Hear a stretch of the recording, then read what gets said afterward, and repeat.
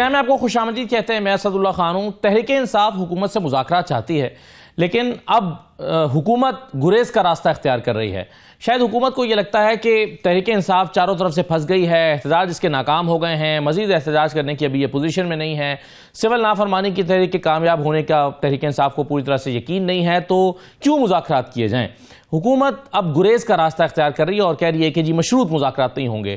Barrister گوہر نے یہ بھی کہہ دیا کہ ہم شرطیں عائد نہیں کر رہے، غیر مشروط مذاکرات کر رہے ہیں، لیکن ہمارے مذاکرات کے کچھ موضوعات ہیں. آج خبر یہ بھی آئی ہے کہ ایک ہفتے کے لیے سول نافرمانی کی تحریک کو مؤخر کر دیا گیا ہے. صورتحال کیا ہے؟ علی محمد خان صاحب ہمارے ساتھ موجود ہیں، پاکستان تحریک انصاف کے سینئر رہنما. بہت شکریہ علی محمد خان صاحب. سر، ایسی خبریں آج آئی ہیں کہ ایک ہفتے کے لیے مؤخر کیا گیا ہے، کوئی نئی تاریخ طے ہوئی ہے سول نافرمانی کی تحریک کے لیے، اور مؤخر کرنے کی وجہ یہی مذاکرات کو ایک چانس دینا یہی ہے؟ جی بہت شکریہ اسد صاحب. بسم اللہ الرحمن الرحیم. اللہم صلی علی محمد و علی محمد. جی خان صاحب نے ایک موقع دیا ہے اور میرے خیال میں حکومت کو سنجیدگی سے اب اس بات کو، مذاکرات والے معاملے کو آگے بڑھانا چاہیے. اور ڈیٹ تو ابھی ایسی فکس نہیں ہے کہ فلانی تاریخ سے کوئی مومنٹ ہے، لیکن ایک ہفتے کا جو ایک ٹائم ہے، میرے خیال میں اگر حکومت اس میں مخلص ہے اور سنسیریٹی سے چاہتی ہے کہ ان مسائل کا حل نکلے، تو اگر گفتگو کی ابتدا ہوتی ہے اور معاملات چل پڑتے ہیں، تو جیسے جیسے مسائل کا حل نکلے گا یا امید بندھے گی، میرے خیال میں دیکھیں احتجاج ہوتا اس لیے ہے کہ مسائل کا حل نکلے. اگر مسائل کا حل نکلنا شروع ہو تو پھر امید اس چیز کی ہے کہ شاید یہ جو احتجاج ہے اس کی ڈیٹ ابھی وہ نہ دیں. لیکن ابھی ایک ہفتے کا انہوں نے کہا ہے خان صاحب نے. اس کی وجہ یہ ہے کہ ایک ہفتہ مزید مذاکرات کو وہ دے رہے ہیں. اب دیکھتے ہیں کہ آگے حکومت کیا کرتی ہے. اگر حکومت مخلص ہے، اگر حکومت چاہتی ہے کہ مسائل کا حل نکلے، تو ایک ہفتہ کافی ٹائم ہے، اس میں ابتدا ہو سکتی ہے. علی محمد خان صاحب، اس وقت تو یہ دکھائی ہی نہیں دے رہا کہ حکومت مذاکرات کے لیے آ رہی ہے، لیکن چلیے ہو سکتا ہے رات میں فیصلہ ہو جائے، کل ہو جائے. اگر وہ مذاکرات کے لیے آ بھی جاتے ہیں تو بھی شاید یہ مذاکرات ایک ہفتے میں تو نتیجہ خیز ہوتے ہوئے نظر نہیں آ رہے. تو کیا اگر مذاکرات شروع ہو جاتے ہیں، اور کیونکہ آپ کی ڈیمانڈز ایسی ہیں جو حکومت کے لیے ماننا آسان نہیں ہے، تو پھر کیا اس ڈیٹ کو مزید آگے بڑھایا جا سکتا ہے یا مؤخر کیا جا سکتا ہے؟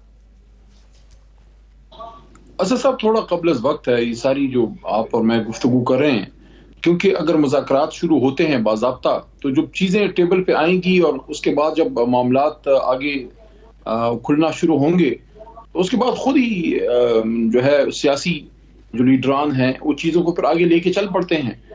اس وقت تو دیکھیں آج 16 دسمبر کو ہم بیٹھے ہیں، 16 دسمبر 2024 کو، تو ہمیں یاد رکھنا چاہیے کہ اسی طرح کا ماحول تھا، اسی طرح کی سچویشن تھی. ملک کا کوئی سوچ رہا تھا. پھر 77 میں کیا ہوا؟ سیاستدان بیٹھے لیکن پھر بہت دیر ہوگی. جس طرح کوثر نیازی صاحب کی کتاب بھی ہے کہ اور لائن کٹ گئی. تو میں سمجھتا ہوں کہ اگر آپ سیاسی لیڈر ہیں، ملک کا سوچ رہے ہیں، پھر آپ کو اپنی ذات سے نکلنا چاہیے، پھر آپ اپنے ملک کا سوچیں. اگر آپ اپنے اقتدار کا سوچ رہے ہیں تو اقتدار تو آج ہے، کل نہیں ہوگا. ملک نے تو رہنا ہے، تو انشاءاللہ رہنا. لیکن آپ کو اس بات کے سر دست کتنے امکانات نظر آتے ہیں کامیابی کے؟ نہیں سر، مذاکرات ہونے کے امکانات کتنے نظر آ رہے ہیں؟ 20%، 30%، کتنے امکانات ہیں سر؟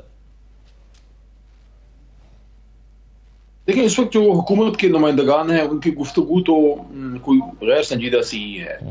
لیکن میں نہیں سمجھتا کہ اتنے بڑے ملک میں جس میں 25 کروڑ عوام رہتے ہیں، ایک نیوکلیر اسلامک اسٹیٹ ہے، دنیا میں اس ملک کا ایک مقام ہے، باوجود اس کے کہ ہم اس وقت معاشی طور پہ کمزور ہیں یا انٹرنل سیکیورٹی کے بے شمار مسائل ہیں، سیاسی ابتری ہے، انویسٹمنٹ کے مسئلے ہیں، لوگ پیسہ نہیں لگا رہے، اس وقت بزنس کا ایکٹیویٹیز سلو ہے.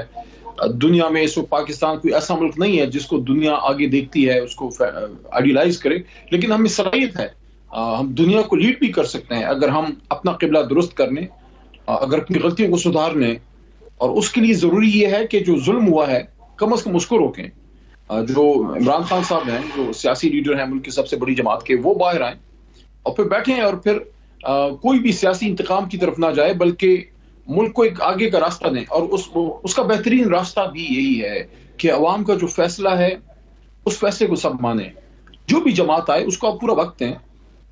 اگر وہ پرفارم کرتی ہے تو عوام دوبارہ ووٹ کر دیں گے، نہیں ہے تو فارغ ہو جائیں گے. لیکن اگر اس طرح یہ سیاسی انگا مشتی چلتی رہے گی، یہ سیاسی ایک دوسرے کو اکھاڑنا پچھاڑنا چلتا رہے گا، تو یہ تو 88 سے چل ہی رہا ہے. آپ دیکھ رہے ہیں دو نسلیں اس میں جوان ہو گئی ہیں. پہلے بے نظیر صاحبہ تھی اور میاں صاحب آپس میں ان کی میوزیکل چیئر تھی. اس کے بعد مشرف صاحب آ گئے, پھر ہماری حکومت آ گئی, ہمارے دھرنے ہوئے, ہم حکومت میں آ گئے, ہماری رجیم چینج پوری ہسٹری موجود ہے. نہیں مگر اس میں علی محمد خان صاحب حکومت جو کہہ رہی ہے وہ کہہ رہی ہے کہ اگر آپ ہمارے سر پہ سول نافرمانی کی تلوار لٹکا کر مذاکرات چاہتے ہیں تو پھر ہم اس طرح تو مذاکرات کرنے کی تیار نہیں ہیں. اور کہتے ہیں جی جو جوڈیشل کمیشن بنانے کا مطالبہ وہ کہتے ہیں کیوں بنائیں, وہ تو اس کے لیے تو کوئی ضرورت ہی نہیں ہے, پہلے سے تمام فیکٹس موجود ہیں. تو آپ کے مطالبات اور پھر کچھ ایسی چیزیں جس کو حکومت شرائط کے طور پر دیکھ رہی ہے یا تلوار کے طور پر دیکھ رہی ہے جو آپ ان کے سر پر لٹکا رہے ہیں, تو کیا پی ٹی آئی اس سے پیچھے ہٹ سکتی ہے؟ جب مذاکرات شروع ہوں گے اس کے بعد چیزیں سامنے آئیں گی. مذاکرات شروع ہونے سے پہلے تو کوئی بھی فریق اپنے مذاکرات سے اپنے پوائنٹ سے پیچھے نہیں ہٹ سکتا. اور ہمارے تو دیکھیں کس چیز سے ہم پیچھے ہٹیں, دیکھیں عمران خان صاحب کی رہائی اس سے کیسے پیچھے ہٹیں, اسیران کو جو غیر قانونی پولیٹیکل بنیادوں پہ گرفتار کیا گیا ان سے کیسے پیچھے ہٹیں. یہ جو ابھی 26 نومبر کو شہید ہو گئے ہیں لوگ ہمارے, کیا ان کے انصاف سے پیچھے ہٹیں؟ یہ جو 8 فروری کا الیکشن مینڈیٹ چوری ہوا تھا, جس کا بھی مینڈیٹ چوری ہو کیا وہ پیچھے ہٹتا ہے؟ فارم 47 تو آج پاکستان کا بچہ جانتا ہے کہ فارم 47 پہ میاں صاحب کی حکومت لائی گئی ہے, شہباز صاحب کی. پھر آپ یہ دیکھیے کہ 26ویں آئینی ترمیم ہوئی ہے. باعزت وکیل مجھے بڑا دکھ ہے کہ سپریم کورٹ جتنا ایک مقتدر ادارہ ہے, جتنا ایک سپریم ایپیکس کورٹ ہے, اس کے ساتھ جن لوگوں نے کر دیا ہے. ایک چیف جسٹس کا ایک وقار ہوتا تھا, ایک طاقت ہے اس عہدے میں, اس کو اپنی سیاسی مفاد کے لیے انہوں نے میلو ڈاؤن کرنے کی کوشش کی ہے. آئینی بینچ بنا دیا, یہ کر دیا, وہ دیکھیں. اور جس طریقے سے کیا کہ ممبران اسمبلی کو اغوا کرنا, ان کو غائب کر دینا, زبردستی مار پیٹ کر کے, ان کو بلیک میل کر کے, ان کو تھریٹ کر کے ان کے ووٹ ڈلوانا, یہ تو پورے اس آئینی پروسیس کی توہین ہے. تو ان ساری چیزوں سے کیسے پیچھے ہٹیں؟ اس پہ تو بات تو ہونی ہے. اگر اس ملک کو کرنا ہے جی تو اس پہ بات تو ہونی ہے. بالکل ٹھیک ہے. علی محمد خان صاحب, کیا یہ جو سول نافرمانی کا معاملہ ہے اس کے تمام پہلوؤں پر بہت تفصیل سے اور سیر حاصل گفتگو کیا پارٹی کے اندر ہو گئی ہے؟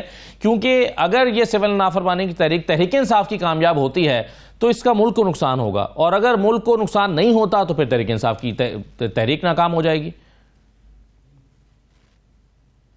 اس میں ڈیٹیل ورکنگ کا مجھے علم نہیں ہے, اس میں ابھی پارٹی لیڈرشپ اس کی نیٹی گریٹی پہ نہیں بیٹھی ابھی, کیونکہ خان صاحب کی طرف سے اگر فائنل گو اہیڈ آتا ہے اس کے بعد ہی اس کے لیے ایک پلاننگ شاید ہو. لیکن یہ ہے کہ آپ نے جو بات کی نا کہ حکومت کہتی ہے کہ آپ تھریٹ کرتے ہیں, آپ احتجاج کی بات کر کے پھر ڈائلاگ, تو جب کبھی مذاکرات ہوتے ہیں, کوئی بھی لوگ جب احتجاج کرتے ہیں تو احتجاج کی بنیاد پہ ان سے مذاکرات ہوتی ہے نا. ہر ایک جماعت کا, ہر ایک طبقے کا اپنا ایک پولیٹیکل نیوسنس ویلیو ہوتی ہے.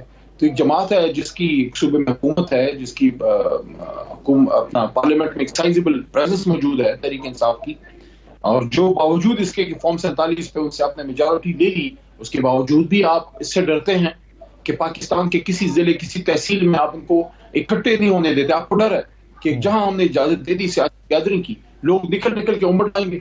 آپ تو اس پہ آپ مطلب یہ جو ہمارے یار لوگ ہیں یہ سارے اس پہ حیران و پریشان ہیں, حکومت کے جو لوگ ہیں اور ان کے فیسلیٹیٹر ہیں, کہ یہ کیسی جماعت ہے. لیڈر کو جیل میں ڈال دیا, پارٹی سے انتخابی نشان چھین لیا, آدھی پارٹی توڑوا بیٹھے, اس کے باوجود لوگ نشان دیکھ کے اور ڈھونڈ کے انہوں نے 2/3 دیے. اس پہ حیران ہیں لوگ, پریشان ہیں لوگ کہ یہ پاکستانی قوم کس طرح ایک ایشو پہ بالکل کھٹے ہو کے کھڑی ہو گئی ہے. میں یہ نہیں کہتا 100%, لیکن بہت بڑی اکثریت نے, میں کہتا ہوں بہت بڑا ایک سافٹ انقلاب آلریڈی 8 فروری کو لے آئے, کہ جب ایک جماعت کا انتخابی نشان آپ نے چھین لیا اور آپ نے ان کے ممبران کو کسی کو بکسا, کسی کو چارپائی, کسی کو کبوتر, کسی کو فاختہ, پتہ نہیں کیا کہہ دیا. لوگوں نے ڈھونڈ ان کو اس سے کوئی کام نہیں تھا. علی کھڑا ہے, زید کھڑا ہے, بکر کھڑا ہے, ان کو یہ دیکھنا تھا کہ عمران خان کا نمائندہ کون کھڑا ہے. اس سے بڑی ایک سافٹ انقلاب, یہ سافٹ ریولوشن کیا ہوگی جو اس قوم نے کر کے دکھا دی ہے. اب آپ دیکھیں 16 دسمبر 1971 کو جو ہوا, قوم کی جو بات تھی وہ نہیں مانی گئی, جمہور کا نہیں سنا گیا, سننا چاہیے تھا. صحیح. اب یہ جو پاکستان, اس پہ میرا ایمان ہے کہ تا قیامت انشاءاللہ رہے گا, مضبوط رہے گا. لیکن ہم نے کامیاب کرنا ہے, اگر اس کو ہم نے کامیاب کرنا ہے تو پھر آپ دیکھیں اس ملک کے اصل وارث اسد صاحب کون ہیں. اس ملک کے اصل وارث اس کے 25 کروڑ عوام. ٹھیک ہے. اور ہم نے ان پہ اپنی مرضی نہیں ٹھونسنی، ان کی مرضی سے چلا. صحیح ہے. لیکن سر جب میں اگین یہ سوال اس لیے دہرا کے کر رہا ہوں کہ اگر آپ تحریک کامیاب، اپنی ظاہر آپ اپنی تحریک کامیاب کرانے کے لیے پورا زور لگائیں گے، لیکن اگر پی ٹی آئی کی تحریک سول نافرمانی کی کامیاب ہو جاتی ہے تو اس سے ملک کا معاشی نقصان ہوگا. یہ ایک قیمت ہے جو پاکستان اس کی ادا کرے گا. یہ بھی تو آپ سمجھتے ہیں کہ یہ پاکستان اس کا متحمل ہو سکتا ہے؟ تحریک انصاف پاکستان سے محبت کرنے والوں کی جماعت ہے اور 2/3 سے زیادہ پاکستان تحریک انصاف کے ساتھ کھڑا ہے.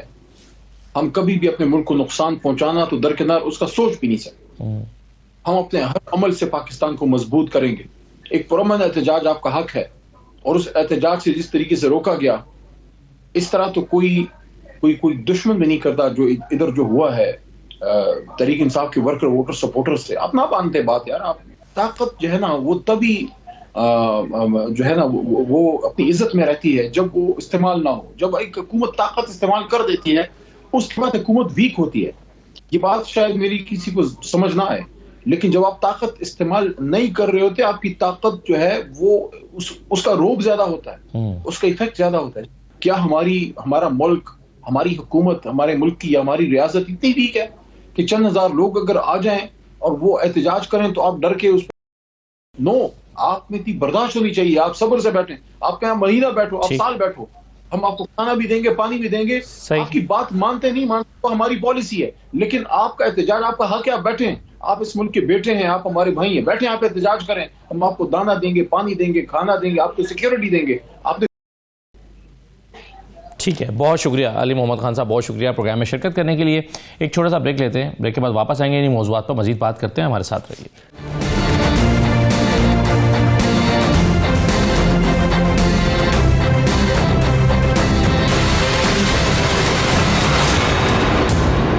بریک کے بعد دوبارہ آپ کو خوش آمدید کہتے ہیں. ہمارے ساتھ رانا احسان افضل صاحب موجود ہیں، کوارڈینیٹر پرائم منسٹر کے پی ایم ایل این کے رہنما. بہت شکریہ رانا صاحب، خوش آمدید کہتے ہیں آپ کو. شوکت یوسف زئی صاحب ہمارے ساتھ موجود ہیں، پی ٹی آئی کے رہنما ہیں، اور آج غلام علی صاحب ہمیں جوائن کر رہے ہیں، جے یو آئی کے رہنما ہیں. رانا صاحب، مذاکرات سب کرنا چاہتے ہیں مگر ہو نہیں رہے، کیا رکاوٹ ہے؟ بسم اللہ الرحمن الرحیم. دیکھیں، اگر تو آپ جے یو آئی ایف کے حوالے سے بات کر رہے ہیں تو ہم بالکل جے یو آئی ایف سے رابطے میں ہیں. نہیں، میں پی ٹی آئی کی بات کر رہا ہوں. دیکھیں، پی ٹی آئی کے حوالے سے اگر آپ بات کریں تو اس کے اندر کچھ تو مسائل یہ ہیں کہ جو 26 نومبر کو جس طرح کا انہوں نے احتجاج کیا، جو پاکستان کی تاریخ کا پرتشدد ترین احتجاج تھا، جس میں اب مجھے ریپیٹ کرنے کی ضرورت نہیں ہے، لیکن 150 کے قریب پولیس والے زخمی ہوئے، 40 وہیکل زخمی ہوئی، پولیس اور رینجرز والے شہید کیے گئے، انہوں نے شیل برسائے.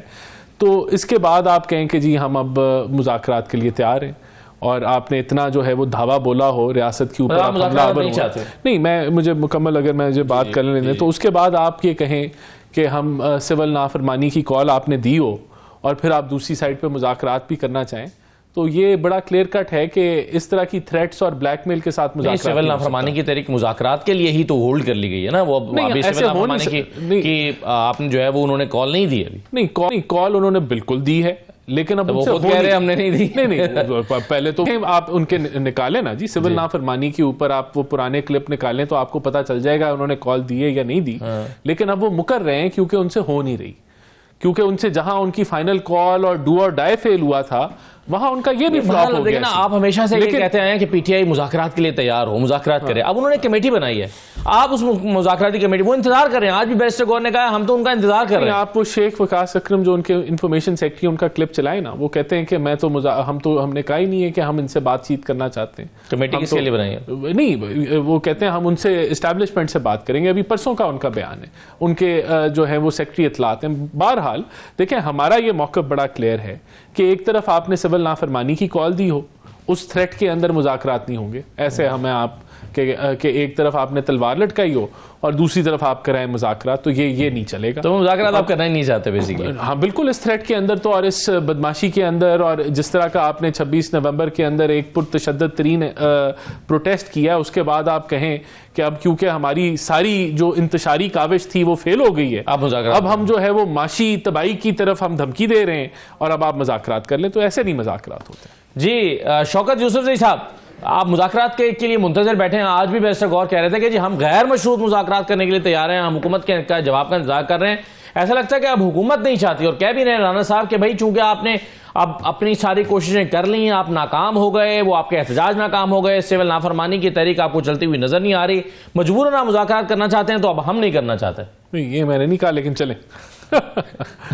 میں نے یہ اخذ کیا آپ کی بات سے. جی دیکھیں, یہ جو حکومت کا رویہ ہے نا, یہ انتہائی غیر ذمہ دارانہ رویہ اس کو میں کہہ سکتا ہوں. یہ تحریک انصاف کے حوالے سے خود ہی کہتے ہیں جی ان کی یہ تحریک ناکام ہوئی, ان کی وہ تحریک ناکام ہوئی. کہ لوگ نکلے ہیں نا, لوگ تو نکلتے ہیں نا. آپ نے پورا پاکستان بند کر دیتا, آپ کیسے کہہ سکتے ہیں کہ ہماری تحریک ناکام ہوئی؟ ہم سیاسی ورکر ہیں, ہماری تربیت سیاسی ورکروں کی ہوئی ہے. تو یہ جو جس طریقے سے انہوں نے وہ لوگوں کو منتشر کرنے کے بعد جو یہ نیا ڈرامہ شروع کیا ہے کہ جی اب یہ جو ہے نا ہم تو مشروط مذاکرات نہیں کرنا چاہتے. بھائی مشروط کیا ہوتا ہے؟ ہم تو ہمارے پاس تو ایجنڈا ہے. ہم آپ سے پوچھ رہے ہیں کہ یہ جو ہیومن رائٹس کی وائلیشن ہو رہی ہے ملک میں, یہ ختم ہو جائے, رول آف لا قائم ہو جائے, جو بے گناہ لوگ پکڑے گئے ان کو رہا کیا جائے, جو مینڈیٹ چوری کیا اس پہ بات کریں. تو یہ کیا مسئلہ کیا ہے اس میں؟ مجھے بہت ہی افسوس ہوتا ہے کہ جس انداز سے ہر حکومت کا وزیر رٹے رٹائے بات کرتا ہے کہ جی ان کے ساتھ تو مذاکرات نہیں ہو سکتے, اس لیے کہ مشروط چاہتے ہیں. بھائی مذاکرات تو ہوتے ہی ایشو کے اوپر ہے. اگر ایشو نہیں ہے تو کیا ہم آپ کے ساتھ کیا نمک منڈی میں آ جائے, ہم چرسی ٹکٹ کھلا دیں؟ یہ کیا بات ہوئی؟ بھائی ایشوز میں بات ہو سکتی ہے نا. آپ کہہ رہے ہیں کہ وہ شرائط نہیں ہیں, وہ موضوعات ہیں جس پر آپ مذاکرات کرنا چاہتے ہیں, وہ مذاکرات کا موضوع ہے, آپ یہ کہہ رہے ہیں. آواز آ رہی ہے آپ کو؟ اچھا, تو میں یہ عرض کر رہا ہوں کہ دیکھیں جب تک آپ کے پاس ایشو نہ ہو تو مذاکرات کس بنیاد پہ کیے جائیں؟ اب یہ انہوں نے بہانہ بنایا ہے. لیکن ایک بات مجھے یاد ہے, عمران خان وہ ہمیشہ کہتے تھے کہ آپ لوگ مذاکرات کی بات کرتے ہیں, مجھے ہمیشہ آپ زور دیتے ہیں کہ یہ مذاکرات کریں, لیکن اس حکومت کے پاس اختیار ہی نہیں ہے آپ کس مذاکرات کریں. تو آج وہ بات ثابت ہو گئی کہ یہ مذاکرات ٹی وی کے اوپر کھیل رہے تھے, لیکن ایکچولی ان کے پاس مذاکرات کا اختیار نہیں ہے.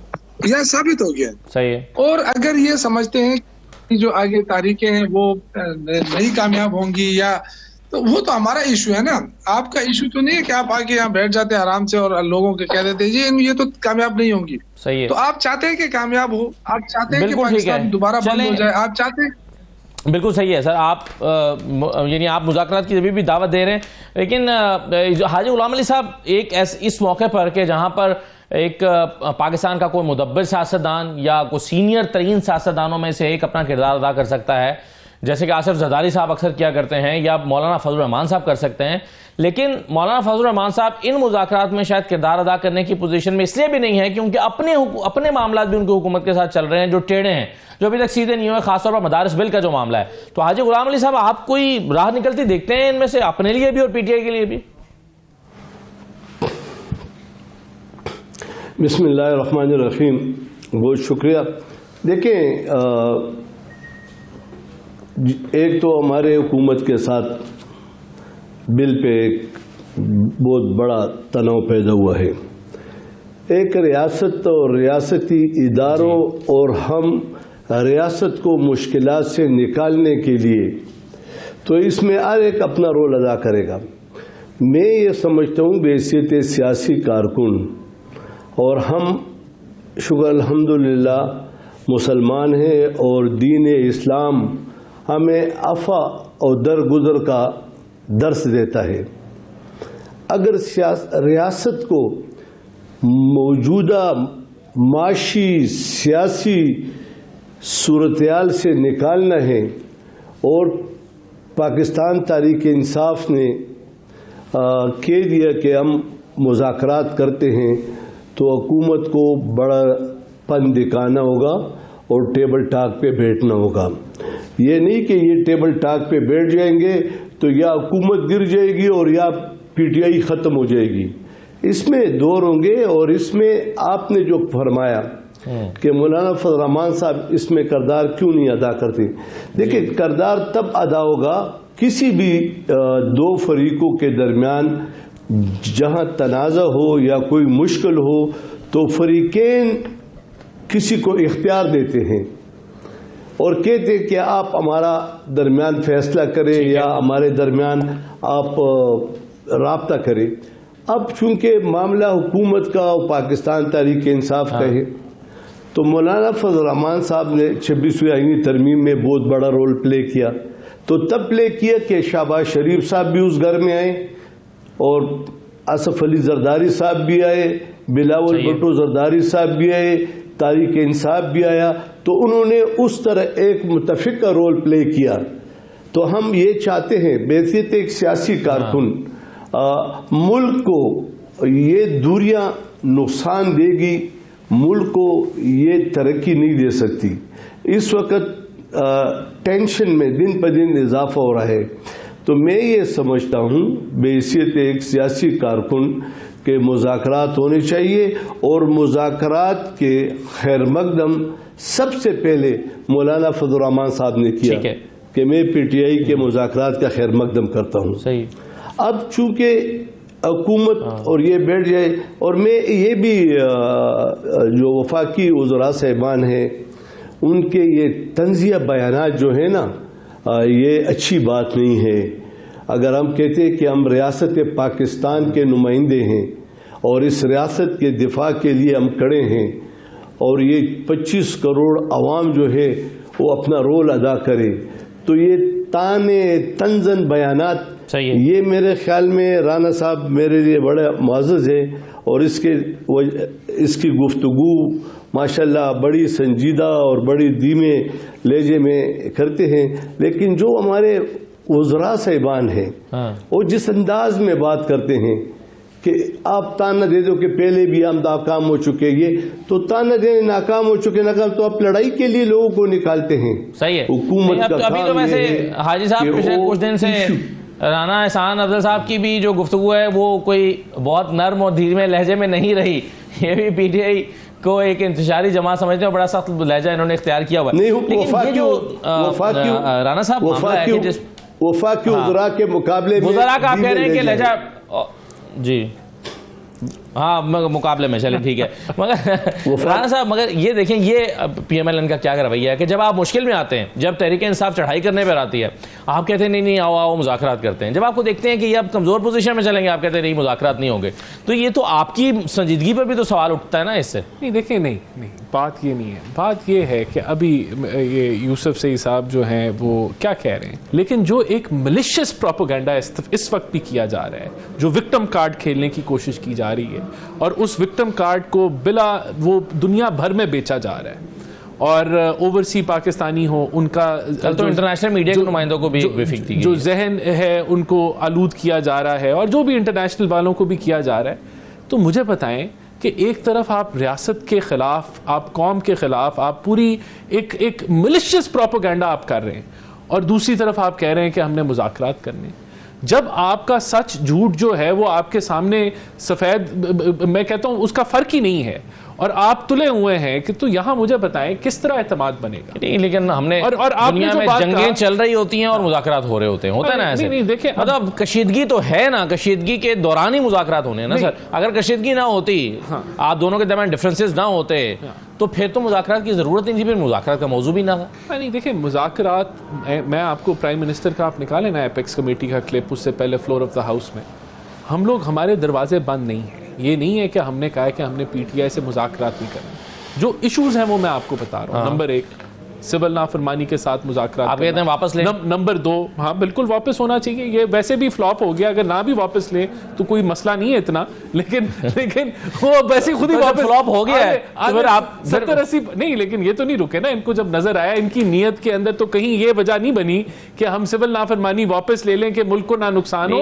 ان کی یہ وجہ بنی ہے کہ ہم سول نافرمانی واپس لے لیں, کیونکہ وہ سٹارٹ ہی نہیں ہوئی. جو پی ٹی آئی کے لیڈرز نے بیانات دیے, انہوں نے کہا کہ ہم نے اس لیے اس کو روک دیا ہے کہ ہم مذاکرات کرنا چاہتے ہیں.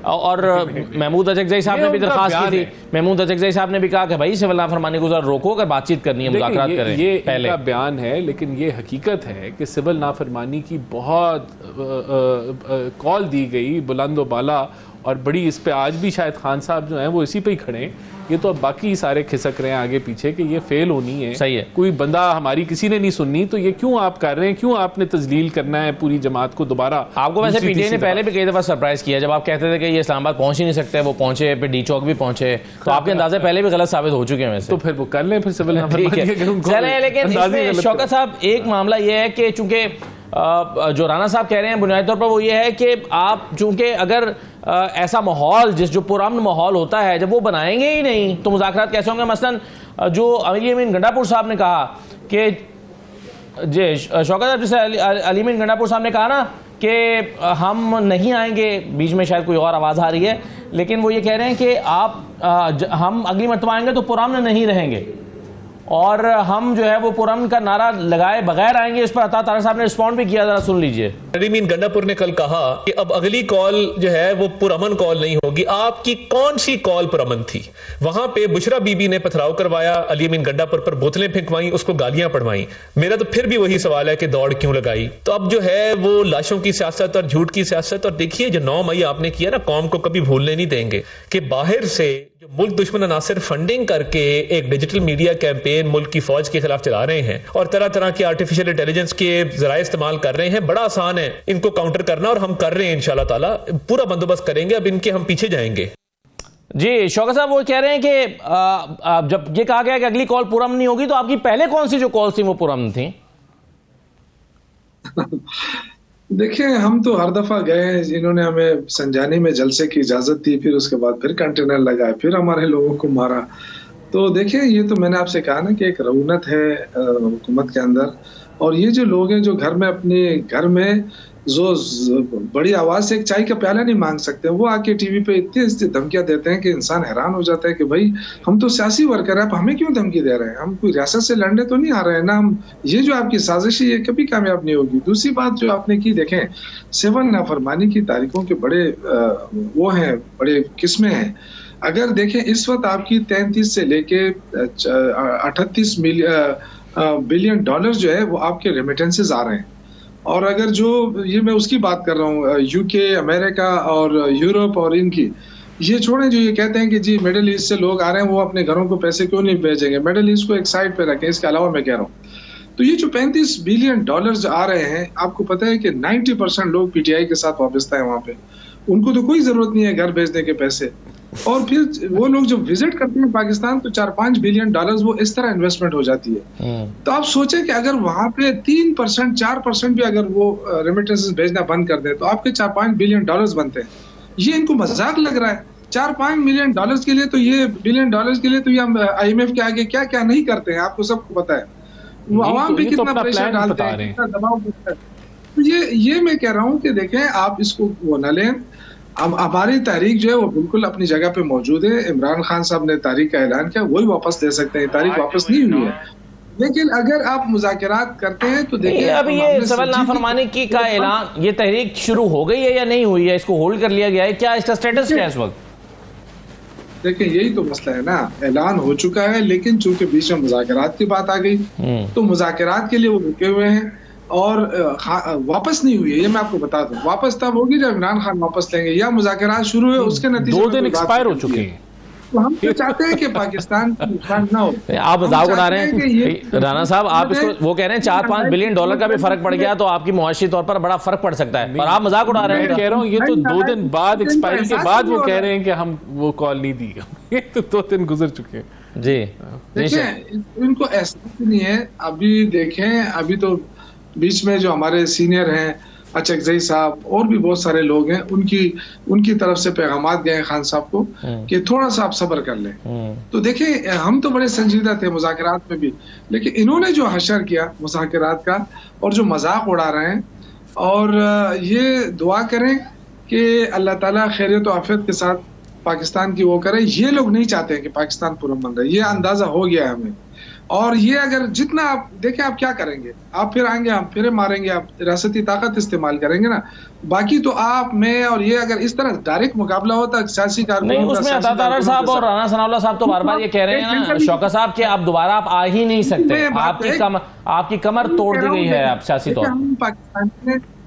ہم پاکستانی ہیں, محب وطن ہیں, پاکستان سے پیار کرتے ہیں. دیکھیں ہمیں مجبور نہ کیا جائے. ہم یہ کہہ رہے ہیں کہ ہم پرامن ہی رہیں گے. یہ جو الیمین گنڈاپور صاحب جو کہہ رہے ہیں نا، یہ دیکھیں یہ رد عمل ہوتا ہے. اگر آپ وہاں بیٹھ کے کمرے میں کرسی پہ بیٹھ کے آپ دھمکیاں دیں گے کہ آئے نا تو ہم دیکھیں گے، جس طرح طارق صاحب جیسے لوگ آتے ہیں، تو میں تو کہتا ہوں کہ اپنے گھر میں یہ چائے کا پیالہ نہیں مانگ سکتے ہیں زبردستی. یہ آ کے دھمکیاں کس طرح دیتے ہیں ہمیں؟ تو کم از کم دھمکیاں نہ دیں. باقی جو ہے نا مذاکرات کریں، بالکل کریں. اور یہی حکومت کا خاصہ ہوتا ہے. حکومت بڑے نرم اس کے ساتھ، بڑے دل گردہ کے ساتھ آتی ہے. یہ اپوزیشن کے تو ڈیمانڈ ہوتے ہیں، اپوزیشن تو ہر وقت ڈیمانڈ میں رہتی ہے. لیکن یہ بات کرنا کہ جی ہم ان سے بات نہیں کرتے، تو ہوگا کیا پھر؟ آپ مجھے بتائیں. آپ دوبارہ لوگوں کو ماریں گے، کبھی آپ پہ نمبر نہیں آئے گا، کبھی آپ اپوزیشن میں نہیں ہوں گے. یہ کیوں اس طرح بیج بو رہے ہیں؟ کیوں آئندہ مطلب یہ کہ سیاست کو اتنا گندا کر رہے ہیں کہ وہ آئندہ پھر کوئی کھڑا ہی نہ ہو. تو میں یہ عرض کرتا ہوں، میں اگین گزارش کروں گا کہ پاکستان کو مشکل میں نہ ڈالا جائے. آپ روز 4 پریس کانفرنسیں کر کے ہمیں دھمکیاں نہ دیں اور نہ ہمیں اشتعال دیں. ہم جانتے ہیں کہ سول نافرمانی کیسے ہوتی ہے، کیا ہوتا ہے، لیکن ہم نہیں چاہتے کہ اس ایکسٹینٹ تک جائیں. اگر جانا ہے تو پھر ظاہر ہے ہم مجبور ہوں گے. یہ ساری ذمہ داری تو گورنمنٹ کے اوپر آئی. صحیح ہے سر، چلیے کتنے دن صبر کر. بالکل ٹھیک ہے سر. ایک طرف ظاہر ہے حکومت کے لیے بہت سارے چیلنجز بھی ہیں. معاشی جو فرنٹ ہے، اکنامک فرنٹ پہ کئی کچھ کامیابیاں بھی مل رہی ہیں حکومت کو، کئی چیلنجز بھی درپیش ہیں. ایک چھوٹا سا بریک لیتے ہیں. بریک کے بعد واپس آ کر دیکھتے ہیں کہ یہ جو چلے مذاکرات کا ہونا نہ ہونا یہ پولیٹیکل سٹیبلٹی کے لیے بڑا ضروری ہے. پولیٹیکل سٹیبلٹی اگر نہیں ہوگی تو کیا اکنامک سٹیبلٹی پہ فرق پڑ رہا ہے؟ چھوٹے سے بریک کے بعد واپس آتے ہیں.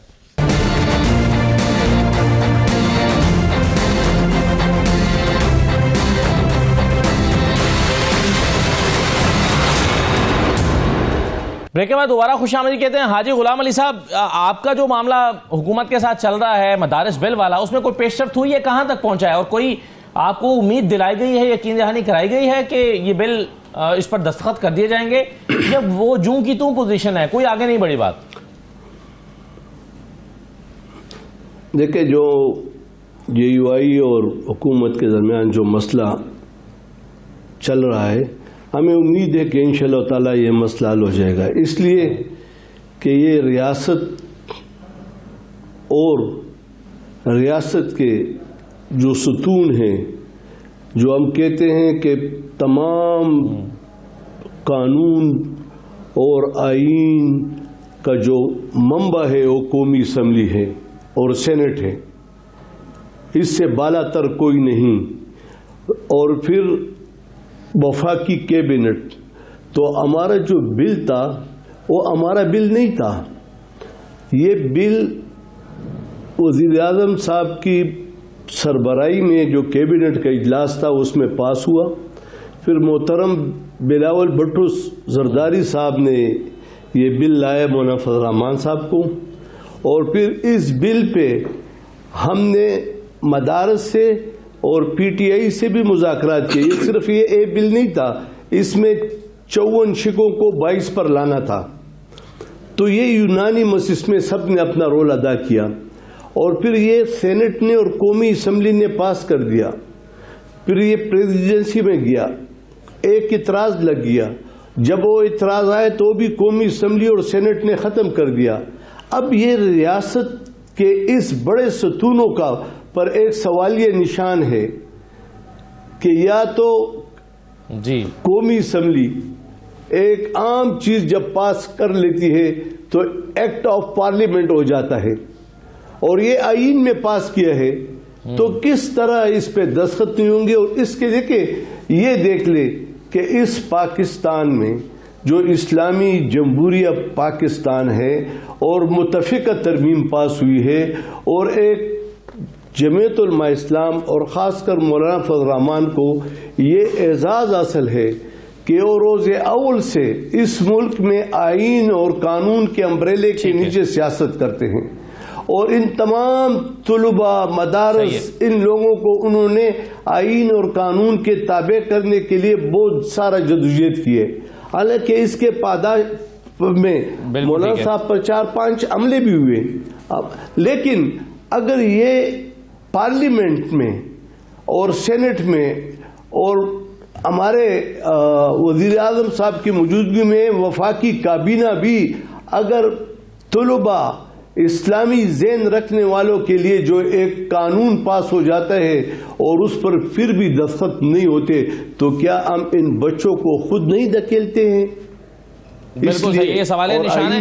رانا صاحب سے پوچھتا ہوں، اگر آپ اجازت دیں تو کل شاہد خاقان عباسی صاحب نے بھی ایک جرگہ کر لیا ہے اور وہ بھی ناراض ہیں، مولانا فضل الرحمان بھی رانا صاحب آپ سے ناراض ہیں، اور جو پی ٹی آئی تو ہے ہی ناراض، اس کو تو خیر آپ سے بہت سارے شکوے ہیں، لیکن ساتھ ہی ساتھ میں ایک جو سعید احمد صاحب ہیں، سابق مشیر ہیں یہ آئی ایم ایف کے، انہوں نے ایک آرٹیکل لکھا ہے، وہ یہ کہتے ہیں کہ ملک کو مجموعی طور پر 42 ارب ڈالر کا نقصان ہوا پولیٹیکل انسٹیبلٹی کی وجہ سے، اور وہ کہتے ہیں کہ جب 22 میں پی ٹی آئی کی حکومت آپ نے ختم کی اور 23 آپ لے کر آئے تو گروتھ -0.17 ہو گئی، اور جی ڈی پی 375 سے گر کے 339 ہوئی، اور 36 ارب ڈالر کا ڈائریکٹ نقصان ہوا، اور اس کے علاوہ زر مبادلہ کے ذخائر 10.5 ارب ڈالر سے گر کر 4.4 پر آئے۔ تو مجموعی طور پر وہ کہتے ہیں کہ آپ کو یہ جو تجربہ تھا پی ٹی آئی کی حکومت گرانے کا، اس میں 42 ارب ڈالر کے معاشی نقصانات ہوئے ہیں۔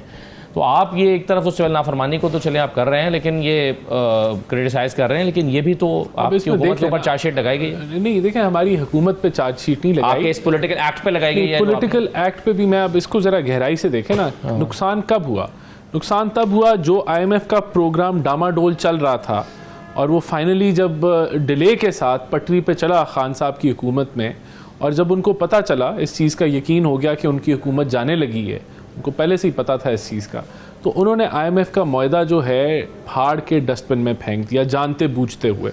انہوں نے جو پیٹرول سستا کیا، اس کی 50 ارب کی کاسٹ تھی، وفاقی حکومت کے چلانے کا خرچہ 50 ارب کا تھا، انہوں نے 50 ارب کی سبسڈی دے دی جو وہ دے ہی نہیں سکتے تھے، انہوں نے بجلی سستی کر دی، انہوں نے ایمنسٹی اناؤنس کر دی۔ تو یہ جو عمل تھا، اس نے پاکستان کی معیشت کو ڈی ریل کیا۔ اگر کوئی محب وطن پاکستانی اس وقت ہوتا تو وہ کبھی بھی آئی ایم ایف کے معاہدے کو اس طرح بے دردی سے رد کر کے، جانتے بوجھتے ہوئے کہ اس کے ریپرکشنز ہوں گے، اس سے ہلجل ہوگی، تو یہ نقصان نہ ہوتا جو آپ یہ گنوا رہے ہیں۔ تو جو عملی جو نقصان ہوا، ٹرانزیشن دیکھیں، سیاسی ٹرانزیشن ہوتی ہے۔ اگر آج ہمارا معاہدہ ہے مثال کے طور پہ آئی ایم ایف کے ساتھ، ہماری حکومت آج کوئی گرانے لگے اور ہم نے جو شرائط مانی ہے آئی ایم ایف کی، جو انٹرنیشنل ہمارے معاہدے ہم توڑ دیں اور اس کا ریورسل دے دیں، وہ پیسہ خرچ کر دیں جو ہمارے پاس ہے ہی نہیں، تو آنے والی حکومت کو بہت بڑا دھچکا ملے گا، بہت بڑے اس کو وہ بحران میں چلا جائے گا۔ تو یہ حقیقت ہے۔ دیکھیں، یہ ہم نے تو اگر آپ کی تحریک عدم اعتماد ناکام ہو جاتی اور پھر تحریک انصاف کی حکومت کنٹینیو کرتی تو پھر بھی یہی کانسیکوینسز ہوتے اس کے، بہت بدترین طریقے سے وہ پھنستے، کیونکہ وہ انہوں نے معاہدہ توڑ دیا تھا اور کوئی حل نہیں تھا نا۔ اب ہم نے آ کے کیا کیا؟ ہم نے 6 ہفتے میں سب سے پہلا کام کیا کیا؟ نئی حکومت آئی، اس نے پیٹرول کی قیمتیں بڑھا دی، ہم نے آتی بجلی کی قیمت بڑھا دی، گیس کی قیمت بڑھا دی۔ کیوں بڑھائی؟ کیوں؟ اس کی کیا وجہ تھی؟ کہ آئی ایم ایف کے معاہدے کو بحال کرنا تھا جو انہوں نے رد کر دیا تھا۔ تو جو نقصان اوپر سے جو نقصان وہ کر گئے، اس کو بھی ہمیں آگے پورا کرنا پڑا عوام سے۔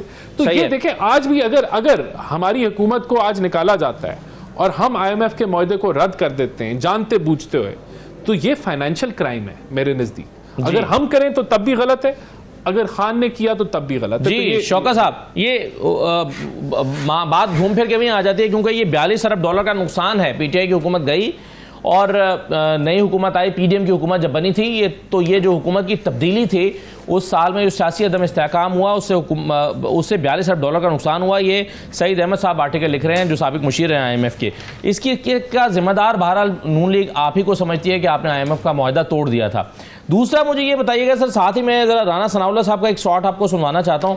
وہ کہتے ہیں کہ جی مخالفین کو گالی دینے کی آپ نے کلچر متعارف کرایا، اس سے بھی اس پاکستان میں سیاسی عدم استحکام پیدا ہوا ہے۔ تو سنیے رانا صاحب نے کیا کہا ہے۔ نوجوان نسل کو صرف یہ سکھایا گیا کہ آپ دوسرے مخالف سیاستدان کو دیکھیں، ان کو گالیاں دیں، ان کو اوپر آوازیں کسیں۔ اتنے ایسے یعنی بدبخت اس ملک کو لیڈر نصیب ہوئے ہیں جو ابھی بھی ہے لیکن برے حال میں ہے۔ یہ ماحول جو ہے وہ اس ملک میں جو ہے وہ پیدا کرنے کی کوشش کی گئی، اور یہ اوئے توئے اور گالی گلوچ، احتجاج، افراتفری، انارکی کی سیاست جو ہے، اس کو ابھی تک وہ جاری رکھے ہوئے ہیں، لیکن میں یہ واضح کر دوں کہ اس کی کوئی گنجائش نہیں ہے۔ جی شوکت صاحب، آپ کے طرز سیاست کی وجہ سے پاکستان سیاسی طور پر عدم استحکام کا شکار ہوا، اور اس کے جو نتائج ہیں وہ نکلے ہیں ایک معاشی نقصان کی صورت میں، جس کی ڈیٹیلز میں نے آپ کے ساتھ پہلے شیئر کی ہیں۔ کیا کہیں گے آپ؟ دیکھیں یہ لوگ جب عمران خان کی حکومت ختم کر رہے تھے نا تو انہوں نے کہا کہ مہنگائی ہے اور ہم اس لیے آ رہے ہیں کہ ہم مہنگائی کو ختم کریں گے. اب یہ لوگوں کو نئے قصہ نہ سنائیں کہ ہم آئے تھے تو یہ ہو رہا تھا, عمران خان نے وہ کیا تھا, تو آپ کیوں آئے تھے پھر؟ آپ نے تو کہا تھا ہم آتے کے ساتھ ہی ڈالر کو جو ہے نا نیچے لے آئیں گے, مہنگائی کو ختم کر دیں گے. ابھی یہ جو کہہ رہے ہیں کہ سنگل ڈیجٹ پہ آ گئی ہے, یہ کون سے سنگل ڈیجٹ ہے؟ ذرا بتائیں نا قوم کو. دالیں کتنی سستی ہوئی, پیٹرول کتنا سستا ہوا, چاول کتنے سستے ہوئے, گھی کتنا سستا ہوا, یہ تو بتائے نا. آپ آدمی جا کے خریداری نہیں کر سکتا, اس کی تو جان چلی جا رہی ہے. اور یہ آگے سے کہتے ہیں وہ عمران خان. بھائی عمران خان کی تو 3 سال حکومت تھی نا, 35% مہنگائی کی شرح ہو اور پھر 4% پر آ جائے تو کوئی فرق تو پڑتا ہی نا سر اس سے مہنگائی پہ. میں یہ عرض کروں کہ اگر انہوں نے عدم استحکام تو انہوں نے پیدا کیا نا, اور اس کے بعد سے لے کے ابھی تک یہ پیدا کرتے جا رہے ہیں. ابھی کیا ہے؟ ابھی آپ مجھے بتائیں نا, ابھی کون سا استحکام ہے سیاسی؟ اور ہم مذاکرات کرنا چاہتے ہیں, یہ کہتے ہیں نہیں ہم آپ سے نہیں کرنا چاہتے, آپ گارنٹی دیں. بھائی گارنٹی آپ کے کون گارنٹی دے گا؟ آپ کے پاس بھی تو کوئی گارنٹی نہیں ہے. تو یہ جو ہے نا یہ بڑے عجیب سا رویہ ہے, ایٹیچیوڈ اپنا بدلے گورنمنٹ. یہ اس طرح نہ سیاسی استحکام نہیں آئے گا تو معاشی استحکام کہاں سے آئے گا؟ کہاں سے یہ بولیاں بولی جا رہی ہیں؟ کیوں قوم کو دھوکے میں رکھا جا رہا ہے, ٹرک کی بتی کے پیچھے لگایا جا رہا ہے کہ ہم جو ہے نا آپ کے لیے معیشت ٹھیک کر کے دیں گے. ابھی تک تو آپ نے ٹھیک کر کے نہیں دی. 3 سال آپ کے ہو گئے, اب 3 سال بعد بھی 33 سال حکومت میں ہو گیا, آپ لوگ آ رہے جا رہے. ہم تو 3 سال کے لیے آئے تھے نا عمران خان, تو وہ 3 سال اتنے بھاری پڑ رہے ہیں آپ لوگ بار بار یہ 3 سال یہ جو حکومت جو عمران خان کی اس نے معیشت تباہ کی. بھائی نالائکو, آپ نے کچھ کیا ہے یہ تو بتا دیں نا, آپ نے کیا کیا 3 سالوں میں؟ وہی اسی کے پیچھے رو رہے ہیں. تو یہ ٹرک کی بتی کے پیچھے اور مت لگائیں پاکستان کو, خدا کے لیے اپنی نالائکی سمجھیں. آپ نہیں کر سکتے, آپ سیاسی لوگ نہیں ہیں. آپ کو مینڈیٹ چرا کے ہاتھ میں دے دیا, پلیٹ میں دے دیا, آپ حکومت میں آ گئے بدقسمتی سے, اور آپ جو کچھ کر رہے ہیں آپ انتقام لے رہے ہیں پاکستانی عوام سے. یہ انتقام ہے جو مہنگائی لائی ہے, بے روزگاری ہے, لوگ بھاگ رہے ہیں, سرمایہ کاری ختم ہو رہی ہے, امن و امان تباہ ہو رہا ہے, ان کو فکر ہی نہیں ہے. یہ لوگ آج مجھے بتائیں, یہ ٹی وی پہ بیٹھ کے کہتے ہیں کہ قرآن کا مسئلہ ہے اور صوبائی حکومت توجہ نہیں دے رہی. تو مجھے بتائیں کہ یہ جنگ بندی آپ لوگوں نے کرائی ہے. یہ جو وہاں مذاکرات ہو رہے ہیں 10 دنوں سے اور سیز فائر ہوا ہے 125 رکن جرگہ وہاں بیٹھا, یہ آپ لوگ کرا رہے ہیں. اس کی کوئی ذمہ داری ہے؟ یہ ساری چیزیں ہیں, لوگوں کو اب مزید دھوکے میں نہیں رکھا جا سکتا. دیکھیں حقیقت تسلیم کریں, اپنی نالائکی تسلیم کریں, اپنی شکست تسلیم کریں اور کھلے دل سے مذاکرات کی بات کریں. جی رانا صاحب اس میں بالکل ٹھیک ہے, کھلے دل سے مذاکرات کریں. مجھے کہہ رہے ہیں رانا صاحب اس دوران میں پچھلے 2-2.5 سال میں کیا politically cost P M L N نے بھی پے کی ہے؟ کیونکہ خرم دستگیر صاحب یہ کہہ رہے ہیں کہ اب نون لیگ ووٹ کو عزت دو کا نعرہ لگانے کے قابل نہیں رہی. نہیں, ان کا خیال ہو سکتا ہے. ہم نے دیکھیں الحمدللہ ملک بحران سے نکل چکا ہے. آج جو بھی ہم نے کاسٹ پے کی اور پے کی ہے ہم نے کاسٹ, ہم نے سارے جو مشکل فیصلے جو ہم نہ بھی لینا چاہتے ہوں, کیونکہ ہمیں پتہ ہے بظاہر آج عوام پہ اس کا بڑا بوجھ ہے اور عوام نے یہ کاسٹ پے کی ہے, عوام نے یہ بوجھ اٹھایا ہے, عوام نے جو ہے وہ تکلیف اٹھائی ہے. لیکن آج ہم اس بحران سے نکل آئے ہیں. آج ملک کے اندر معاشی کرائسس نہیں ہے, آج ملک کرائسس سے نکل اسٹیبلائزیشن اچیو ہو گئی ہے. دیکھیں مہنگائی سنگل ڈیجٹ پہ آ چکی ہے, سود کی شرح آج 13% پہ آ گئی ہے. انشاءاللہ آنے والے چند مہینوں میں وہ سنگل ڈیجٹ پہ آ جائے گی. سرمایہ کاری جو 1.5-2 سال سے ہم جو کھیر پکا رہے تھے وہ ہمیں نظر آ رہا ہے اگلے آنے والے 12 مہینوں کے اندر وہ فورن ڈائریکٹ انویسٹمنٹ کی شکل میں, انویسٹمنٹ کی صورتحال میں وہ ہمیں نظر آئے گی. تو ہم سمجھتے ہیں کہ آج پاکستان جو ہے وہ سٹیبل ایک اکانومی اس کی ہو گئی ہے اور اب ہم گروتھ کی طرف بڑھنے لگے. اور وہ جب گروتھ آئے گی تو یہ جو مہنگائی جو ہم کہہ رہے ہیں, دیکھیں مہنگائی کی شرح کم ہوئی ہے, چیزیں آج کم شرح سے مہنگی ہو رہی ہیں, 4.5% سے مہنگی ہو رہی ہیں, کم شرح سے ہو رہی ہے. اور آگے جب اگر گروتھ آ جاتی ہے, سرمایہ کاری آ جاتی ہے, تو لوگوں کی آمدن بڑھنا شروع ہو جائے گی. اور جب آمدن بڑھے گی تو اس کا مطلب ایک عام آدمی کا بجٹ بہتر ہو جائے گا. تو ہم اسی طرف بڑھ رہے ہیں. اور ہم نے دیکھیں یہ آج سے 1.5-2 سال پہلے جو ڈیفالٹ کی بات ہو رہی تھی وہ حقیقت تھی. ملک ڈیفالٹ ہو سکتا تھا, لیکن آج ایسا کوئی تاثر بھی نہیں ہے, ایسی کوئی بات چیت بھی نہیں ہے. تو الحمدللہ یہ بہت بڑا ایک یو ٹرن ہوا ہے ڈیزاسٹر سے یو ٹرن ہوا, اور اس کا کریڈٹ پرائم منسٹر شہباز شریف کو جاتا ہے, جس نے بڑی وہ سارا بوجھ اٹھایا. یہ پولیٹیکل کاسٹ ہم نے پے کی, لیکن ہم سمجھتے ہیں کہ جب عوام اس کے جو فروٹس ہیں, جو اب ہمیں نظر آنا شروع ہو رہے ہیں اور آنے والے مہینوں میں اور اس کا اثر آئے گا، تو پھر عوام کا موڈ بھی چینج ہوگا، عوام کے اندر جو ہے وہ ایک اچھی لہر. لیکن یہاں دیکھیں چیلنج کیا ہے. چیلنج وہ سوشل میڈیا کا زہریلا پروپیگنڈا ہے جو عام آدمی کی سے امید بھی چھین رہا ہے، جو عام آدمی کے اندر جو ہے وہ پتہ نہیں کس طرح کے خواب و خیال ڈال رہا ہے کہ جی ریاست کتنی ظالم ہے، اور جھوٹ کی بنیاد پہ. تو ہمیں بہت سارے ایلیمنٹس ہیں جہاں ہمارے جو دشمن ہیں بیرون ملک، جو ٹرانس نیشنل جو سازشیں ہو رہی ہیں وہ علیحدہ، اس ملک کے اندر جو جماعتیں ہیں وہ علیحدہ اس ملک کو قوم کو مایوس کرنے میں لگی ہیں. تو مذاکرات کریں نا پھر، نہیں تو بات چیت کریں. بات چیت آپ کرنے کے لیے تیار نہیں. لیکن حاجی غلام علی صاحب، سر یہ بتائیں آخری میں کہ اگر حکومت اور پی ٹی آئی کے مذاکرات نہیں ہوتے اور جے یو آئی اور حکومت کے مذاکرات کامیاب نہیں ہوتے تو پھر 15-20 دن کے بعد کیا منظرنامہ دیکھتے ہیں؟ کیونکہ آج تحریک انصاف نے یہ کہہ دیا کہ ہم 1 ہفتے کے لیے صفت نافرمانی مؤخر کر رہے ہیں اور حکومت کو 1 ہفتے کا ٹائم دے رہے ہیں بات چیت کرنے کا. ٹائم اگر اس کا فائدہ نہیں اٹھایا جاتا ساری سیاسی جماعتیں مل کر تو پھر کیا ہوگا؟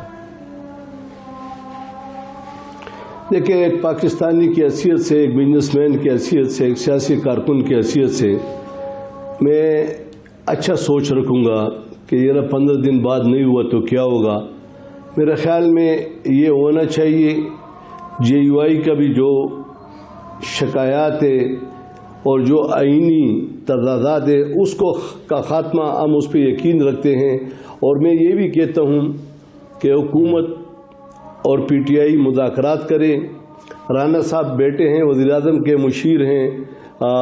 رانا صاحب، میری یہ تجویز ہے کہ جب ٹیبل پہ لوگ بیٹھ جاتے ہیں نا تو ایک ایجنڈا طے ہو جاتا ہے. جو اس طرح ایجنڈے ہوتے ہیں وہ باقی وہ چیزیں وہ شکے ختم ہو جاتی ہے. تو میرے خیال میں قوم کو ایک اچھا میسج دینے کے لیے مذاکرات کے ٹیبل پر بیٹھنا چاہیے.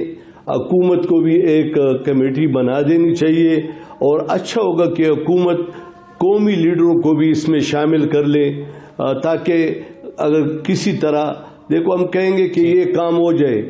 جو چیزیں پی ٹی آئی بھی سمجھتی ہے، رانا صاحب بھی سمجھیں گے، حکومت بھی، جو چیزیں حکومت کے حل کرنے کے ہیں تو اس میں حکومت پہل کرے گی. جو عدالتوں کے اس سے میں آتی ہے اس کو عدالتیں طے کرے گی. حکومت کو ایک قدم آگے بڑھنا چاہیے. بیسیکلی آپ یہ مشورہ دے رہے ہیں کہ حکومت بڑی ہوتی ہے، حکومت کو آگے بڑھنا چاہیے اور حکومت کو اپنا کردار ادا کرنا چاہیے. بالکل. اور حکومت کی انائیں چھوٹی ہوتی ہیں یا ہونی چاہیے اور حکومت خود بڑی ہوتی ہے، اس کا ایک کردار ماں کی حیثیت کا ہوتا ہے کیونکہ وہ ریاست کو ریپرزینٹ کر رہی ہوتی ہے.